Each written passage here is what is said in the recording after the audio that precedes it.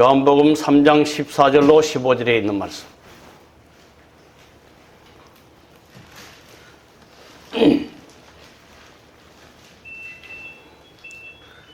우리 다 함께 보시겠습니다.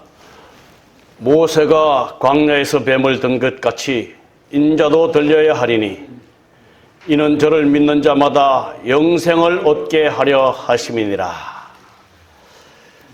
모세가 광야에서 뱀을 든 것 같이 구리뱀의 사건이죠. 인자도 들려야 하리니 예수 그리스도 십자가에 못 박혀야 하리니 이는 십자가에 못 박히신 그리스도를 믿는 자마다 영생을 얻게 하려 하심이라. 이 말씀 뒤에 이어서 나오는 가장 유명한 성경 말씀이 뭡니까? 하나님이 세상을 이처럼 사랑하사 독생자를 주셨으니 이는 그를 믿는 자마다 멸망치 않고 영생을 얻게 하려 하심이라. 아마 성경에 가장 귀한 복음이 있다면 요한복음 3장 16절에 있는 말씀일 것입니다. 십자가. 어떤 사람이 표현하기를 이 십자가는 살 길을 찾는 사랑의 표현이다. 좀 구체적으로 말씀드리면 죽을 수밖에 없는 아들을 살리기 위해서 찾는 아버지의 사랑의 표현이 십자가이다. 제가 본 말씀을 진행하기 전에 한 이야기를 좀 드리고자 합니다. 십자가가 어떤 이야기인지 오래전에 한 나라의 이야기입니다. 그 나라에 범죄가 아주 심했습니다. 특별히 오늘날처럼 강간죄가 너무너무 심했어요. 그래서 그 나라를 치라는 임금이 아주 무서운 법령을 공포했는데 누구든지 강간죄를 범하는 사람은 두 눈을 뽑아버린다. 아주 무서운 법령을 공포했습니다. 이 법령이 공포된 뒤로 그 죄는 다 사라진 듯 했습니다. 근데 또 한 세월이 지나니까 그 죄가 드러나기 시작합니다. 그래서 임금에게 한 젊은 사람이 강간죄를 범했다는 소식이 들려옵니다. 임금은 노가발에서 그놈이 누구인지를 나에게 구하라고 말합니다. 그런데 참 불행하게도 그 강간죄를 범한 사람이 자기 임금의 아들이었습니다. 이 소식을 들은 임금님은 고민하기 시작합니다. 내가 공포한 법률대로 내 아들의 두 눈을 내가 뽑아버릴 것인가? 그렇게 해서 무자비한 사랑과 자비도 없는 그런 아버지가 되어야 될 것인가? 아니면 그냥 넘어가서 이 나라의 법률을 정말 희미하고 힘이 없는 법률로 만들 것인가? 내가 신뢰 없는 사람으로 전략하고 말 것인가? 참 고민 속에 있었습니다. 그러나 이 임금은 아주 비장한 결심을 합니다. 그 지평관에게 그 범죄자를 데려오라 그럽니다. 그리고 내가 공포한 대로 그 범죄자의 두 눈을 불러 찢으라 명령을 내립니다. 그래서 이 지평관은 풀무불에 시뻘게 달군 인두를 가지고 그 젊은이의 오른쪽 눈을 찢습니다. 이 젊은이는 묶여있는 상태로 고통의 소리를 지르는 거죠. 이 아버지 된 임금은 정말 그 모습을 보기에 너무 힘들었습니다. 어쩌면 아들보다 더 아픈 심정으로 그 모습을 참고 있었습니다. 이제 다른 인도로 그 아들의 범죄자의 다른 눈을 찢으려고 하는 순간에 이 임금님은 그 자리에서 일어나서 잠깐 그러더니 임금의 옷을 벗어버리고 그 아들이 선 자리에 갑니다. 그리고 그 지평관에게 말하기를 나머지 한 눈은 내 눈을 찢어라. 이 지평관은 머뭇거립니다. 아니 이제 어떻게? 아니다. 내가 공포한 이 법률은 지켜져야 한다. 그래야 이 나라가 살아갈 수 있다. 이 지평관은 임금의 눈을 찢습니다. 근데 이 모습을 바라본 모든 사람들이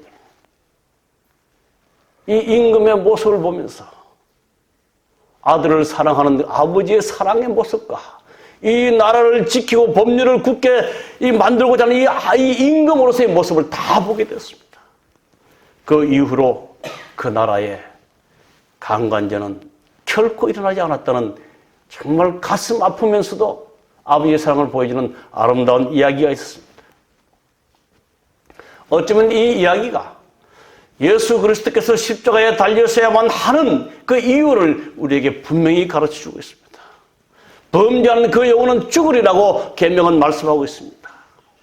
그러나 하나님 아버지께서는 범죄에 죽어가는 자신의 자녀를 볼 수 없었기 때문에 그 자녀를 다시 살리시기 위해서 십자가에서 자기의 목숨을 버리시는, 그래서 자기의 계명을 옹호하시고 하나님의 계명을 지키시는 그런 모습을 우리는 바라볼 수 있게 되었습니다. 오늘날 교회에서 외쳐야 될 기별이 있다면, 가장 복음의 중심이 있다면 이 십자가 위에 달리신 그리스도가 우리 교회의 복음의 중심이 되어야 할 것입니다. 여기 의미 있는 한 이야기 그림이 있습니다. 어느 시골길에 어떤 여인이 차를 몰고 가다가 그 길이 파인지를 모르고 그 길에 빠지게 됐습니다. 쿵. 그때 그 옆 마을에서 밭에서 김을 먹고 있던 한 할아버지가 와서 이렇게 말합니다. 걱정 마쇼잉. 동네 청년에서 도와줄 거구만요. 이러면서 이제 삐삐삐 핸드폰을 합니다. 핸드폰하기를 죽상 삼리 청년에 빨랑빨랑 모이시오. 일 났구먼. 이렇게 연락이 가자 청년들이 모였습니다. 이 죽상 청년회는 1974년 청년회 결성했는데 현재 평균 나이는 62세. 한 40년 가까이 전에 결성한 이 청년회가 청년은 다 사라지고 노인네만 남았습니다. 그런데 이름은 아직까지 청년회라는 이름은 남아있어요. 청년 없는 청년회가 되고 말았습니다. 제가 이 예화 중에서 정말 우리 교회에 정말 있어야 할 것은 무엇인가? 이 교회에 정말 다른 것이 다 없더라도 있어야 될 것이 무엇인가를 좀 말씀드리고 싶습니다. 존 파이프라는 한 신학자가 한국교회 예배의 갱신과 변화라는 이 글 속에 이런 말을 했습니다. 한국교회가 부흥기를 지나 쇠퇴의 길을 걷게 된 유럽의 교회가 아닌 새로운 교회의 모델이 되기 위해 우리는 다시 교회의 존재 이유이자 본질인 하나님을 만나는 일부터 시작해야 한다. 찬양으로, 기도로, 그리고 말씀을 통해 하나님을 경험하는 것이다. 이것이 교회의 시작이며 예배이다. 여러분, 유럽의 교회들이 30, 40년 전에 정말 아주 엄청난 규모를 자랑했던 수천 명의 교회를 갖던 이 교회들이 지금은요, 정말로 안타깝게도 술집으로 변해가고 있는 게 유럽의 현실입니다. 그래서 이 존 파이퍼 목사님이 우리 한국교회가 그런 것들을 경험하지 않기 위해서는 하나님을 만나는 일부터 시작해야 한다.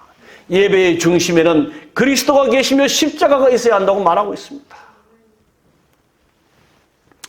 중국에서는 한때 립싱크하는 가수들에게 벌금을 매기는 법령이 정했습니다. 여러분, 립싱크가 뭔지 알죠? 진짜 노래는 다른 데서 하고 입만 벌리는 노래입니다. 생명을 모르는 기독교인은 립싱크만 하는 가수와 같아. 입모양만 번긋 부릴 뿐 자신의 가슴에서 올라오는 노래를 부를 수가 없다. 생명을 모르는 기독교인들. 그러니 십자가와 그리스도가 가슴에 없는 립싱크만 하는 교회와 교회 지도자들에게도 벌금을 매겨야 하지 않겠는가. 여러분, 립싱크를 저도 조금 다른 상황이지만 해본 적이 있습니다. 제 색소폰 연주를 좀 들어보셨죠? 그냥 이렇게 불면 이 주변의 소리 때문에 소리가 잘 안 들려요. 좀 제대로 안 납니다. 그래서 좋은 녹음기에 녹음만 소리를 합니다. 녹음만 합니다. 그러고는 뒤에 배경에서 저는 이렇게 폰만 잡는 거죠. 폰만 잡으면, 그런 폰만 잡아도 거의 비슷하게 잡아야 돼요. 이게 다 운집법이 있으니까. 그렇게 해서 녹음 따로, 영상 따로, 뒤 배경 따로 해서 딱 편집해서 만들어진 게 그겁니다. 근데 그냥 폰만 잡으니까 엄청 편해요. 할 게 없는 것 같아요. 박자만 잘 맞추면 되니까. 립싱크 하는 가수들. 마치 그리스도인들 중에서도 그 가슴에 예수가 계시지 아니하고 십자가가 없는 사람들을 향해서 말하기를 속은 없고 입만 벌리는 가수와 같아. 오늘 저는 복음의 본질, 복음의 핵심, 십자가와 그리스도를 좀 말씀드리고 싶습니다. 여기 레너드 스윗이라는 한 목사님이 한국 교회에 방문했습니다. 그러면서 그가 연설 중에 교회의 심각한 병이라는 제목으로 말을 했는데, 오늘날 교회가 심각한 질병을 앓고 있다. 그러니까 그의 친구가 심각한 병이라니 그게 무엇인가?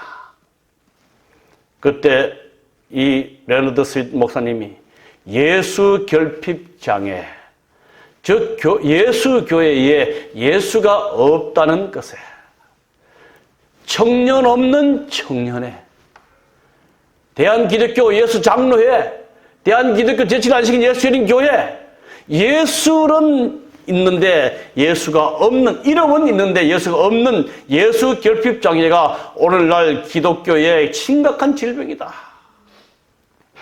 왜 예수가 없나?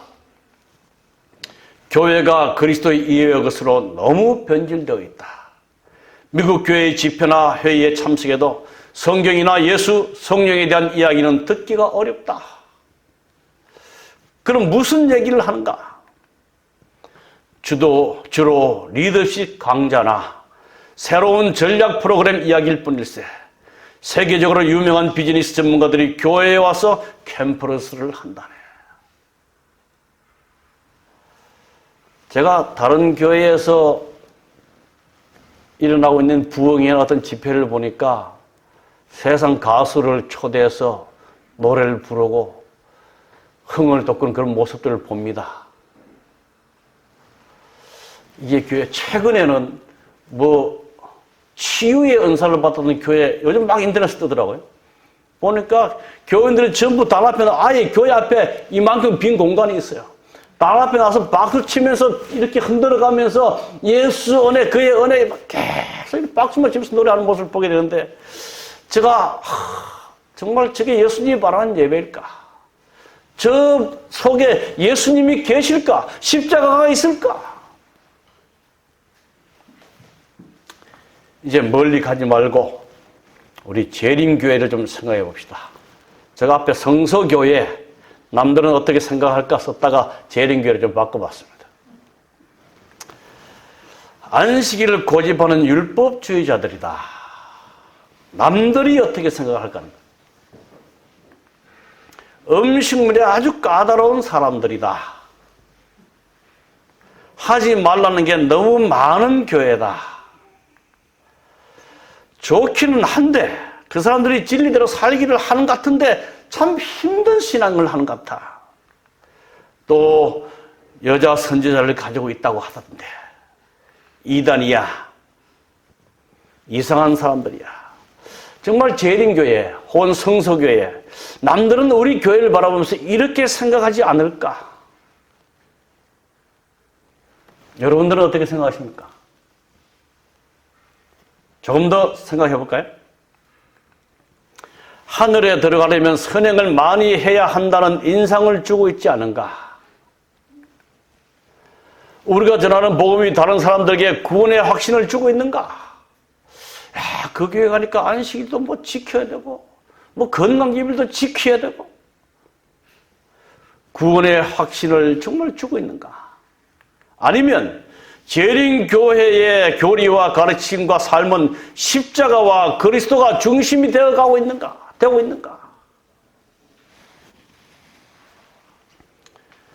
여러분, 다시 좀 돌아갔어요. 왜 남들은 이렇게 생각할까요?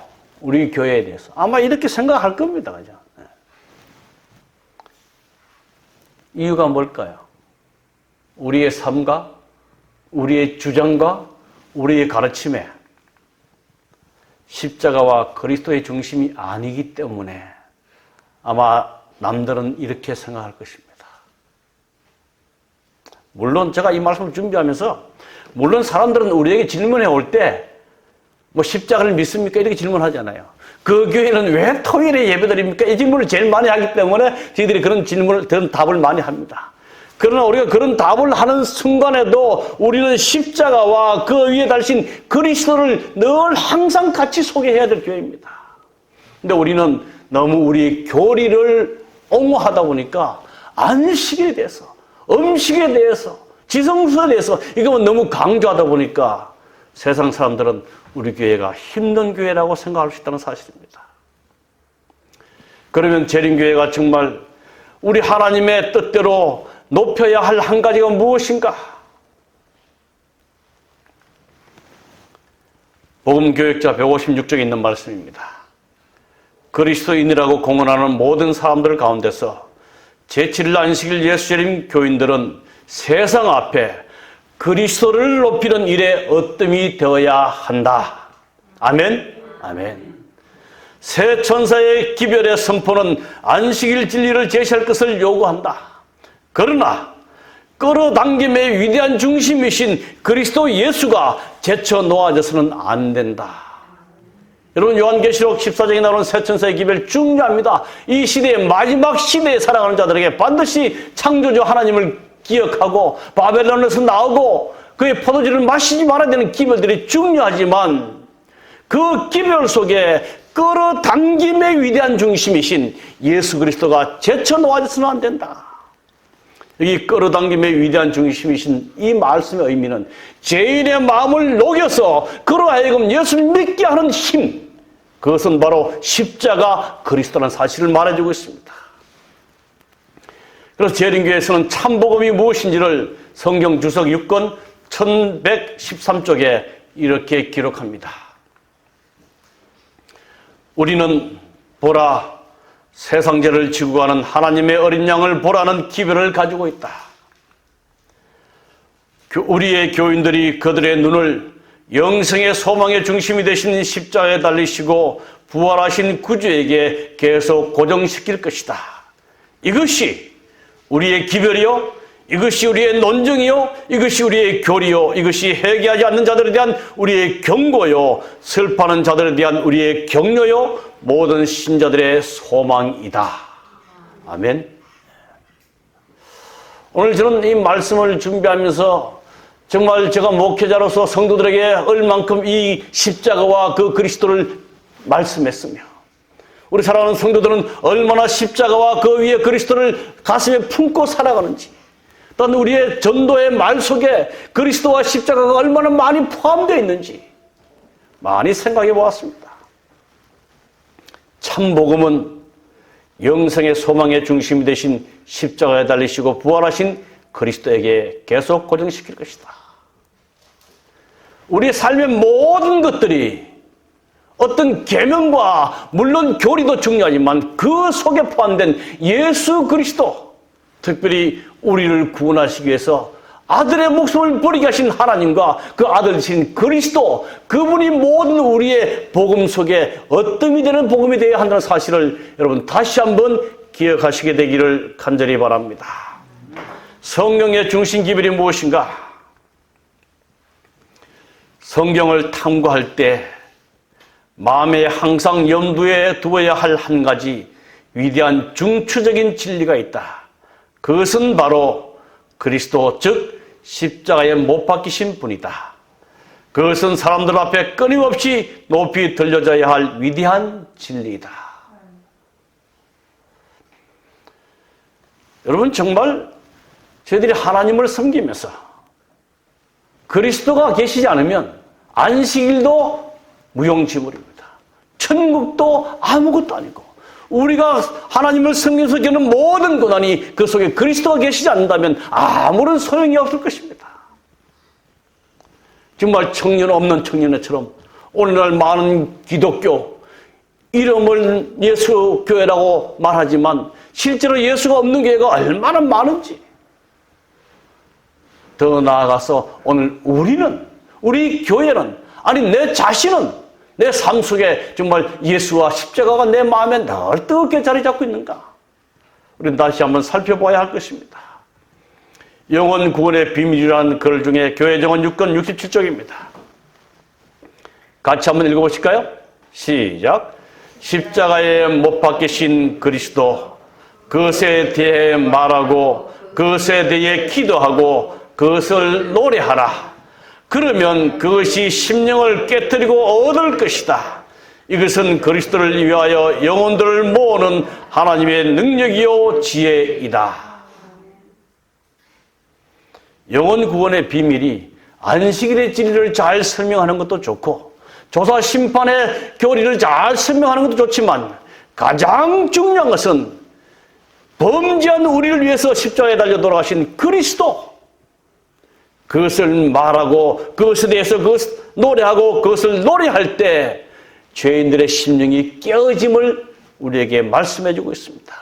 이것이 십자가에 못 박히신 그리스도, 그것이 그리스도를 위하여 영혼들을 모으는 하나님의 능력이요 지혜이다. 여러분, 우리의 삶이 십자가의 그리스도로 가득 차게 되기를 간절히 바랍니다. 그래서 엘렌 지 화이트 여사는 말하기를, 우리가 매일 1시간씩 십자가상의 그리스도를 명상하는 일은 우리의 신앙에 매우 유익한 일이다. 여러분, 제7일 안식일 예수 재림교회, 이별 속에, 이름 속에 담겨진 기별이 무엇인가? 안식일, 예수 재림. 이 중에 제일 중요한 게 뭘까요? 예수가 되어야 할 것입니다. 이 예수야말로 안식일 속에도 포함되어 있어야 되고 재림 속에도 포함되어 있어야 됩니다. 예수가 계시지 않은 안식일, 유대인이 안식일이 되고 말았습니다. 율법주의로 전략하고 말은 그런 안식일이 되었습니다. 예수님이 계시지 않다면 그 예수님의 다시 오심도 천국도 우리에게는 아무런 소용이 없을 것입니다. 이 예수 그리스도가 우리의 기별의 핵심이 되고 심장이 되고 가슴이 되어야 할 것입니다. 여러분, 이 십자가는 하나님이 죄인들을 구원할 수 있는 유일한 해결책이었습니다. 성난 파도를 잔잔케 하시고 거품이 이는 파도 위를 걸으셨으며 귀신들로 떨게 하시고 질병이 물러가게 하셨으며 소경의 눈을 뜨게 하시고 죽은 자를 살리셨던 그분이 자기 자신을 제물로 십자가 위에 바치셨다. 이어지는 말씀은요, 이것은 다 그대를 사랑하기 때문에 그렇게 하신 것이다. 죄를 짊어지신 그분은 거룩한 공의의 진노를 견디시고 그대를 위하여 죄 자체가 되셨다. 참 아름다운 글입니다. 우리의 복음 성가 가운데도 십자가 그 사랑이라는 노래가 있습니다. 가사는 십자가 그 사랑 멀리 떠나서 무너진 나의 삶 속에 잊혀진 주은혜, 돌 같은 내 마음 어루만지사 다시 일으켜 세우신 주를 사랑합니다. 주 나를 보호하시고 날 붙드시리니 나는 보배롭고 존귀한 주님의 자녀라.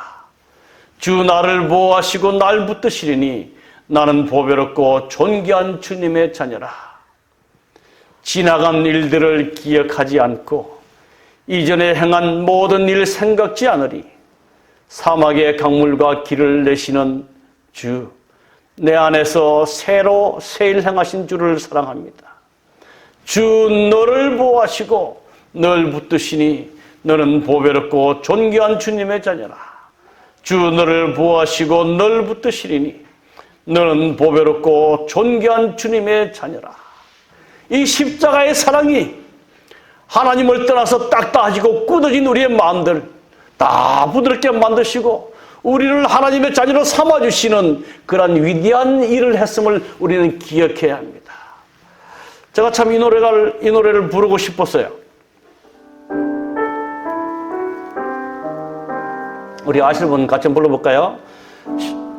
십자가 그 사랑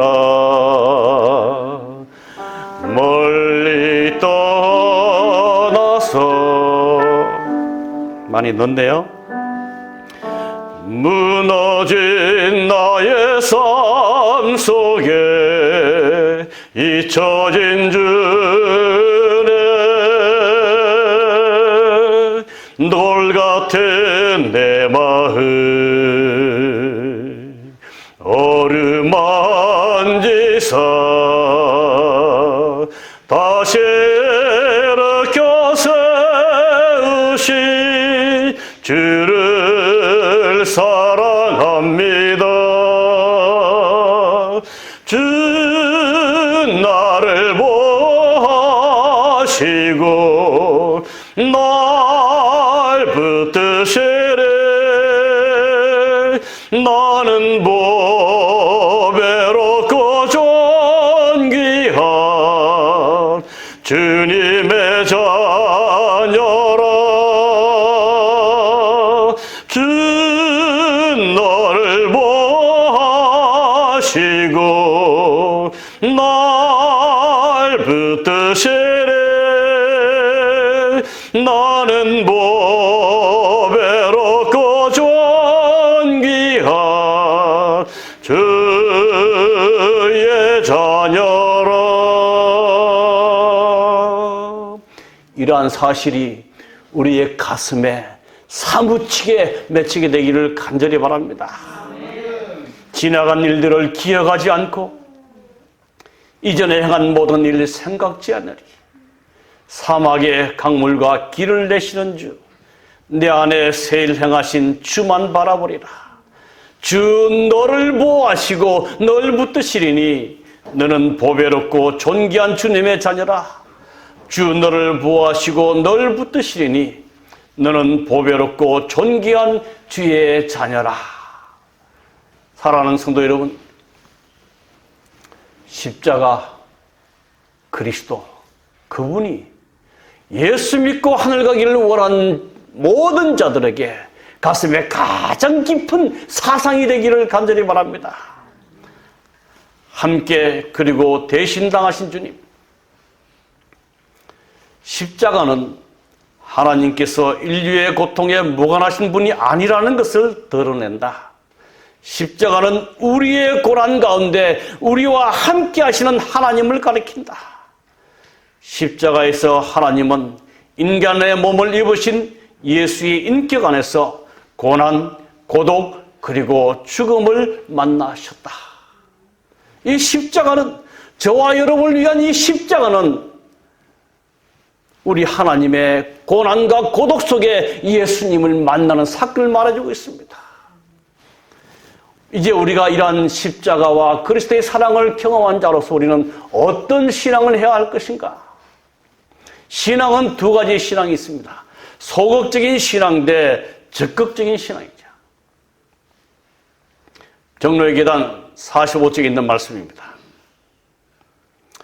하나님의 강건하시는 사랑을 느끼는 자들은 하나님의 요구사항들을 충족하는데 얼마나 적게 바쳐도 되는지 묻지 않는다.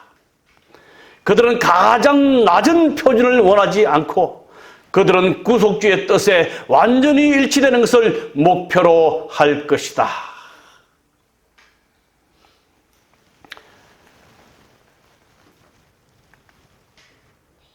하나님의 계명하면 의무란 개념이 아니라 사랑이라는 이미지가 먼저 마음에 떠올라야 한다. 계명을 지키는 백성은 사랑하는 백성이 되어야 한다. 여러분, 제가 한 가지 좀 질문을 드리고 싶습니다. 여러분, 때때로 예수 믿으면서 신앙생활 하시면서 이것이 죄일까 아닐까 혼란스러울 때가 좀 있습니까? 내가 이렇게 하는 것이 정말 죄일까 아닐까? 죄가 아니면 하고 싶어지는 것이 있습니다. 근데 제 경험 속에 이것이 죄일까 아닐까라고 생각하면 참 혼란을 많이 겪습니다. 성경에 뚜렷한 기록도 없고 아무리 찾아봐도 답이 나오지 않습니다. 여러분은 그때 어떻게 그 문제를 해결합니까? 정말 죄인 것 같기도 아닌 것 같기도 한 혼란 속에 있을 때 그 문제를 어떻게 해결해 가십니까? 저는 죄일까 아닐까를 떠나서 저의 해결 방법은 이것이 하나님이 원하는 것일까라고 생각했을 때 죄보다 훨씬 더 고차원적인 하나님의 뜻을 알게 되는 경험을 하게 됐습니다. 어떤 분은 그러죠. 성경에 술 취하지 말라는 그런 있어도 술 먹지 말라는 법은 없다. 정말 그럴듯해요. 성경에 술 먹지 말라는 말은 없어요. 술 취하지 말라는 말은 있어요. 여러분 그렇게 누가 질문하면 어떻게 대답하십니까? 그보다 더한 말씀이지. 술은 보지도 말라. 술은 보지도 말라. 그런 말씀도 있죠. 잠언에. 저는 그렇게 설명합니다. 우리 몸은 하나님의 성전이라고 말씀하신 우리 그 말씀 속에 하나님이 계시는 이 성전에 우리가 그러한 것들을 집어넣을 수 있겠는가? 우리가 성전에 정말 구별되게 우리가 정결하게 하는 것이 성전이잖아요. 우리의 몸이 하나님의 성전이라고 말씀하셨는데 우리가 그러한 것들, 우리의 정신을 흐려가는 것들 결코 넣을 수 없던 것이. 저도 100% 채식주의를 하지 못합니다. 100% 이 채식을 다 먹지 못해요. 제 기억 속에 아직도 옛 맛이 남아 있습니다. 늘 아내에게 그것 때문에 이렇게 좀 단소리를 듣곤 합니다. 제 마음속에 많은 생각도 하게 되죠. 정말 하나님의 종으로서 이 주의 귀한 말씀, 영의 말씀을 영적으로 해석할 수 있는 능력을 갖기 위해서는 내 정신이 맑아져야 되기 때문에 그거는 해로운 것들을 다 멀리하기도 많이 했습니다. 소극적인 신앙인, 이것이 죄일까 아닐까, 죄가 아니면 하고 싶은 그런 마음으로 가진 삶을 사는 게 소극적인 신앙입니다. 그러나 적극적인 사람은 죄를 떠나서 내가 이것을 행하는 것이 하나님께서 기뻐하시고 하나님의 뜻일까라고 생각한다면 우리는 정말 더 적극적으로 예수님께 나아갈 수 있는 사람이 될 것입니다. 특별히 하나님의 계명하면 의무가 아니라 사랑이라는 이미지가 우리의 마음에 먼저 떠올라야 한다. 계명을 지키는 백성은 사랑하는 백성이 되어야 한다. 여러분 기억하시길 바랍니다. 계명은 딱딱하거나 차갑지 않아요. 계명을 지키는 백성은 하나님을 사랑하고 이웃을 사랑하고 하나님의 계명을 사랑하는 백성이 되어야 한다고 우리에게 말씀해 주고 있습니다. 십자가는 다시 한번 말씀드립니다. 죽어가는 아들을 살리기 위한 살 길을 찾는 아버지의 사랑의 표현이다. 죄로 인해 죽을 수밖에 없는 인생들을 구원할 수 있는 유일한 길이요 하나님만이 하실 수 있는 해결책이었기 때문에 예수님은 이 땅에 오셔서 십자가에 달려 돌아가셔야만 하셨습니다. 여러분, 제가 예수 그리스도를 믿는 이유 중에 하나는, 가장 강한 이유 중에 하나는 이 땅의 그 어떤 신도, 석가모니도 마호메도 참 위대하고 훌륭한 사람들이지만 그들이 혹은 오늘날 신으로 취임을 받지만 그들은 저의 죽을 생명을 대신해서 죽음을 당하지 않았다는 사실입니다. 오직 예수 그리스도만이 죄 때문에 죽을 제 생명을 대신해서 그분이 돌아가신 유일한 분이시기 때문에 저는 그 예수님을 사랑하고 그분을 믿습니다. 오늘 우리가 예수님을 믿는 이유가 십자가와 그분이 우리를 대신해서 지신 그분의 사랑 때문에 우리가 주님을 섬기는 그러한 동기가 되기를 간절히 바랍니다. 우리가 너무나 자주 이러한 사실을 잃어버리고 잊어버리고 안식일의 교리와 혹은 새천사의 기별 혹은 마지막 때의 이 조사전 심판 이런 문제들이 우리를 너무 사로잡고 있기 때문에 십자가의 그리스도를 우리는 잊어버려 살 때가 너무나 많이 있습니다. 사랑하는 우리 성소교회 성도 여러분, 이제 우리는 세상을 향해 이 십자가와 그분의 사랑을 증거해야 하며 이 사랑의 예수님을 전하는 것이 교회의 사명이 되어야 한다는 사실을 기억하시고 우리의 매일의 삶을 통해서 혹은 사람들을 대하는 어떤 그런 사람들을 대하는 일을 통해서 우리 속에 사랑이 넘치는 십자가와 그리스도가 드러나는 그러한 삶을 사시며 주의 말씀을 전가하는 성도들이 되시기를 간절히 바라면서 오늘 말씀을 마치겠습니다.